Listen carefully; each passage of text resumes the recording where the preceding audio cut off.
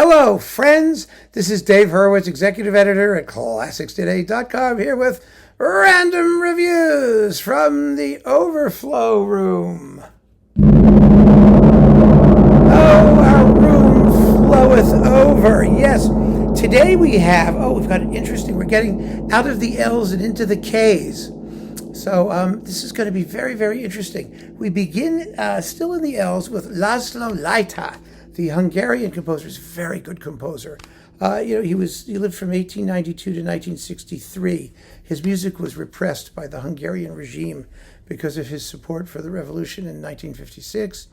But he wrote exquisite music that's Hungarian, tinged with Frenchness, sort of French in style, but often highly chromatic or folk-based or whatever. I mean, it's a very personal style that's wonderful. His symphonies are delightful. We've talked about them before.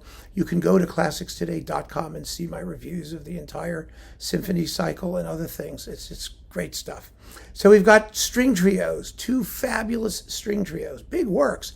One is a serenade, Opus 9. Serenades for string trio were a big deal since like Beethoven and Mozart, Dochnani wrote one, I believe, and probably Leo Weiner, who wrote a serenade for everything. And then we have Soir Transylvains, Transylvania Nights, without Dracula. A very, very beautiful work with members of the Lajtha Quartet on Hungariton. That's really cool stuff. Then we've got some choral music. His Magnificat, Opus 60, 3 hymns to the Virgin.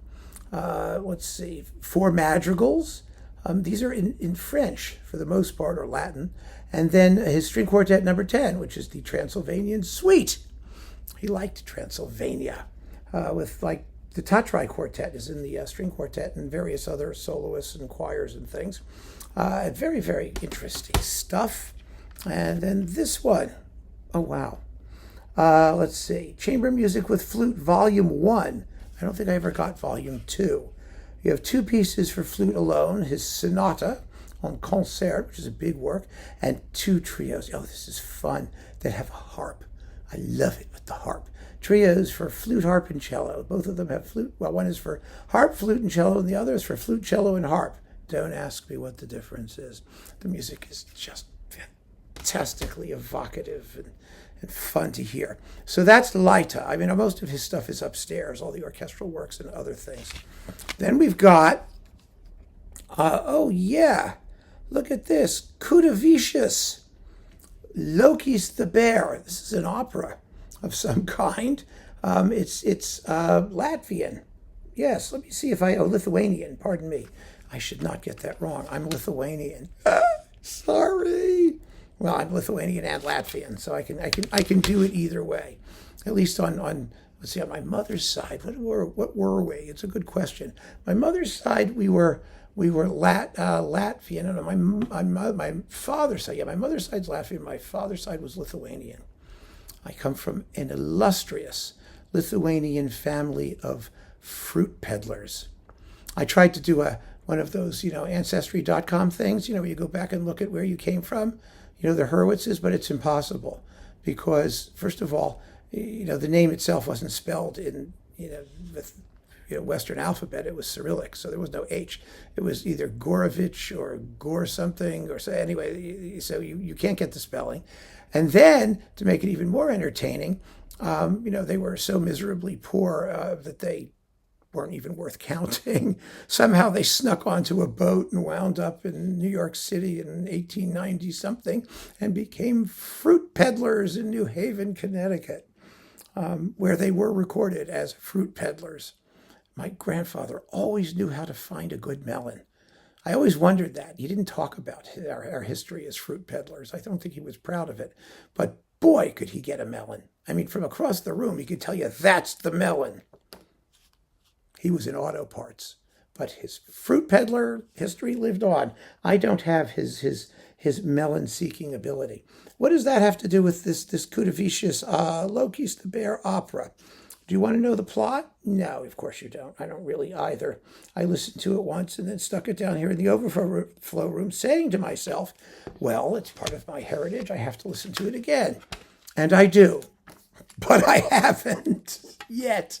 So it will be waiting for me here when I come back. It's on Ondine, and we'll see where we go from there.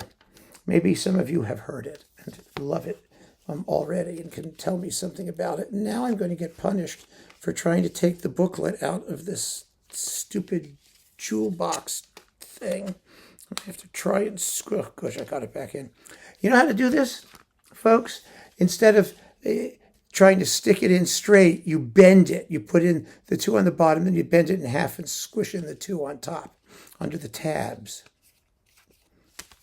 Little trick there that I've learned in my 50 years doing this. And then, oh, last but not least, this is nifty. Ephraim Kurtz, the conductor. Yeah, this is one of those artist profile series things. He's a good conductor. He did a lot of ballet stuff, if I'm not mistaken. But this is a 2-disc set that gives you Rimsky-Korsakov's Snow Maiden Suite and the Golden Cockerel. These were like rather well-known recordings back in the 60s and 70s. Lyudov's Kikimora, Shostakovich's First Symphony from 1958. Khachaturian's Masquerade, a Waltz and Gallop. Klinka's A Life for the Tsar, ballet music. Rimsky-Korsakov's Dubenushka. More Lyudov, Baba Yaga, The Enchanted Lake, and a musical snuff box. Kabalevsky's The Comedians, and the Prokofiev Classical Symphony. It happens to be a delightful program. I mean, I played this through many times. It's just wonderful to have. It's great to have on your Walkman. I mean, you can't do any of it. It's not available anymore, I'm sure. But, oh, these were fun. These were really fun. I remember I had separate albums of some of these when I was sort of growing up. And I was happy to see this. So it's good to see something devoted to Kurtz. And with that, not a lot today from the Overflow Room, but interesting. And you got to hear some of, my history, if you care. Probably it was too much information, and I apologize for that.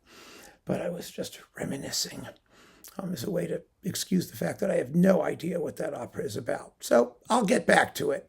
Keep on listening, friends. Thanks for joining me. Take care. Oh, I did that already, didn't I? See you later.